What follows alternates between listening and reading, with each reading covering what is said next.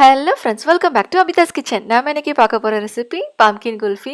பொதுவாக பூசணிக்காய் வச்சு சாம்பார் கூட்டு அந்த மாதிரி பண்ணுவோம். டிஃப்ரெண்ட்டாக குல்ஃபி செய்ய போகிறோம். வாங்க எப்படி செய்யறதுன்னு பார்க்கலாம். முதல்ல நம்ம பால் காய வச்சுக்கலாம். இது வந்து ஹெவி ஃபேட் மில்க்னு கேட்டு வாங்கிக்கோங்க. இந்த மாதிரி பாலில் செய்யும்போது தான் ஐஸ்கிரீம் குல்ஃபிலாம் நல்லாயிருக்கும்.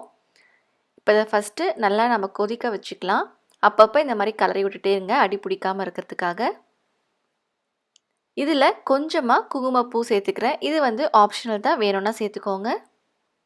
இந்த குங்குமப்பூ சேர்த்து செய்யும்போது எப்பவுமே குல்ஃபிக்கு நல்ல ஒரு ஃப்ளேவர் கொடுக்கும். இப்போ இந்த பால் வந்து நல்லா திக்காகணும். அதுக்குள்ளே நம்ம பூசணி ரெடி பண்ணிக்கலாம். இப்போ பூசணிக்காயில் தோல் சீவிட்டு இந்த மாதிரி சின்ன சின்ன பீசஸாக நம்ம கட் பண்ணி வச்சுக்கலாம். ரொம்ப சின்ன பீசஸாக இருக்கும்போது தான் வந்து சீக்கிரமாக வேகும். இப்போ இந்த மாதிரி நல்லா கட் பண்ணி வச்சுக்கலாம். அடுத்து இதை வந்து நம்ம ஒரு பேனில் ட்ரான்ஸ்ஃபர் பண்ணிக்கலாம். இந்த காயோடவே ஒரு 2 டேபிள் ஸ்பூன் அளவு சர்க்கரை சேர்த்துக்கலாம். கொஞ்சமாக தண்ணி. இந்த காய் வேகிற அளவுக்கு மட்டும் தண்ணி சேர்த்துக்கலாம். இந்த மாதிரி சர்க்கரையோடு சேர்ந்து அந்த பூசணிக்காய் வேகும்போது லைட்டாக அந்த கேரமலைஸ் ஆகி அந்த ஃப்ளேவரும் டேஸ்ட்டும் ரொம்ப நல்லாயிருக்கும். இப்போ பூசணிக்காய் நல்லாவே வெந்துருச்சு. இப்போ பூசணிக்காய் அந்த தண்ணியே பார்த்திங்கன்னா கொஞ்சம் ரிலீஸ் ஆகிருக்கு. இப்போ இது கூடவே சேர்ந்து அது நல்லா வெந்துடும். இப்போ பாருங்கள், நல்லா சாஃப்டாக இருக்குது. இந்த மாதிரி நம்ம பீசஸாகவும் சேர்க்கலாம், இல்லைனா வந்து நம்ம துருவி சேர்த்தாலுமே வந்து நல்லா தான் இருக்கும். இப்போ இது நல்லா ஆறின பிறகு நம்ம மிக்ஸி ஜாருக்கு மாற்றிக்கலாம்.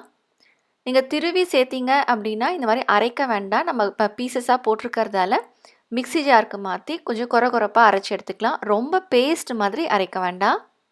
இப்போ பாருங்கள், லைட்டாக க்ரன்ச்சியாக இருக்குது. இந்த மாதிரி இருக்கும்போது குல்ஃபி சாப்பிடும்போது நல்லாயிருக்கும்.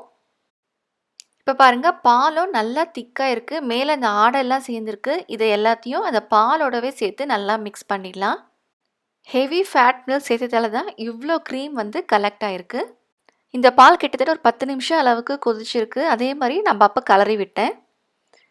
இப்போ இதில் நான் ஒரு 1/4 கப் அளவு சர்க்கரை சேர்த்துக்கிறேன். Fresh cream 1/4 cup. இதை வந்து நம்ம வந்து அன்ஸ்வீட்டன் கோவா அந்த மாதிரி எதுவுமே சேர்க்கலை. அதனால் கண்டிப்பாக ஃப்ரெஷ் க்ரீம் சேர்க்கணும். இப்போ அடுத்து மில்க் பவுடர் ஒரு 2 டேபிள் ஸ்பூன் அளவு நான் சேர்த்துக்கிறேன். இந்த பால் பவுடர் சேர்த்து செய்யும்போது நல்லாவே தன் திக்னஸ் கிடைக்கும். அதே மாதிரி க்ரீமியாக இருக்கும். இப்போ ஒரு 15 நிமிஷத்துக்கு போல் அப்படியே நம்ம நல்லா கொதிக்க வச்சுக்கலாம். இப்போ பாருங்கள், இதோட கலரே மாறிடுச்சு. இப்போ நம்ம முன்னாடியே அரைச்சி வச்ச அந்த பூசணி பேஸ்ட்டை சேர்த்துக்கலாம். இப்போ இதை ஸ்லோலியே வச்சு அடுத்த ஒரு 5 நிமிஷம் அளவுக்கு நல்லா இந்த மாதிரி கொதிக்க வச்சுக்கலாம். கட்டி எதுவும் இல்லாத மாதிரி பார்த்துக்கோங்க.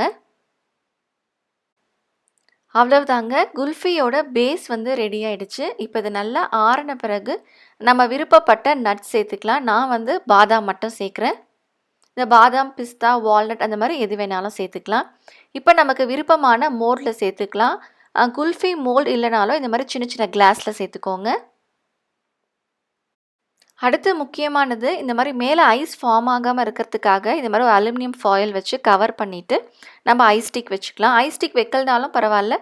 இந்த மாதிரி ஐஸ் ஸ்டிக் வைக்கும்போது அன்மோல் பண்ணுறதுக்கு ஈஸியாக இருக்கும். இப்போ இது ஃப்ரீசரில் ஒரு 8 மணி நேரம் போல் நம்ம வச்சுக்கலாம். இப்போ பாருங்கள், குல்ஃபி நல்லாவே செட் ஆகிருக்கு. இப்போ வந்து ஈஸியாக நம்ம அன்மோல் பண்ணுறதுக்கு கொஞ்சம் வெதுவெதுப்பான தண்ணி ஒரு கப்பில் எடுத்துக்கலாம். இதில் நம்ம டிப் பண்ணி எடுக்கும்போது அந்த மோல்லேருந்து ஈஸியாக வந்துடும்.